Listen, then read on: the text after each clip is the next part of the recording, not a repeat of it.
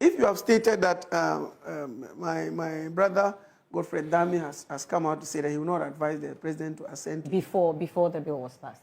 Before it was passed. After it was passed, I don't know whether you've heard. You have heard from his him. He says he's yes to see it. Yes. And to advise. So the president has not received the point that we have to make that is very clear is that it's a 275 member house, and I didn't hear any dissenting voice, at least when the question was put. So the assumption fundamentally is that all 275 MPs accepted that it becomes law. And that means that it represents the aspirations of our people, because the 275... Will the president assent to it, you'd say? That I will not be able to make a definite Would you advise he assents to it? Because I'm not in a position to advise the president now, because I'm not his attorney general. If you were. It is his attorney general. You are in the position I will say that for now, the circumstances of our times, I will say that for now, he needs to assent to it. Okay. Due to the circumstances of the time. Okay. The circumstances of our times, I will say that for now, he needs to assent to it. Okay. Due to the circumstances of the time. Okay. For now, the circumstances of our times, I will say that for now, he needs to assent to it. Okay. Due to the circumstances of the time. Okay. For now, the circumstances of our times, I will say that for now, he needs to assent to it. Okay. Due to the circumstances of the time. Okay. So, we're a senior lawyer, one also. Between 2020 to 2017, 2020, he is the Deputy Attorney General, the Chief Lawyer of the government.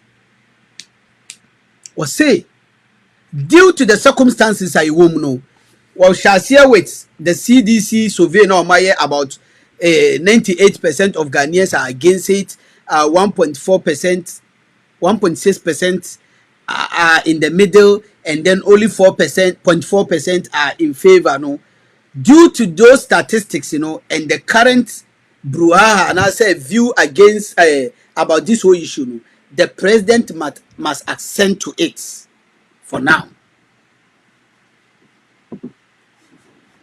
He is advising the president. We're MPP. He is also a parliamentary candidate for the MPP in his constituency. Now, there is this argument. Let me try as much as possible to run through this, because me per se, me making sure say ma tackle all the arguments of Moody Babontia and make sense. The proponent of this homosexuality, LGBTQ, including their president Akufo-Addo in Ghana, their vice president Bawumia, their finance minister Dr. Adam Amin Hunter, the ministers and the parliamentarians, and all the so-called intellectuals, they are making it say Ghana is a secular state. Secular state means Ghana obia betima yedi ope. Enter me say they are ignorant, but they don't want to accept they are ignorant. They don't understand the constitution. They've not read it. They don't even understand the law. Many are called, but few are chosen. Obioho, yes, adiono wako wakura certificates, but wonim adiono. Ghana being America is a secular state, but you cannot practice homosexuality polygamy in America. You can't. America is a secular state, but you cannot practice prostitution in the open, because that is what someone believes in. America is a secular state. You cannot be going around killing people, committing murder, because that is what someone believe in. America is a secular state. You cannot be going around committing armed robbery, terrorizing people.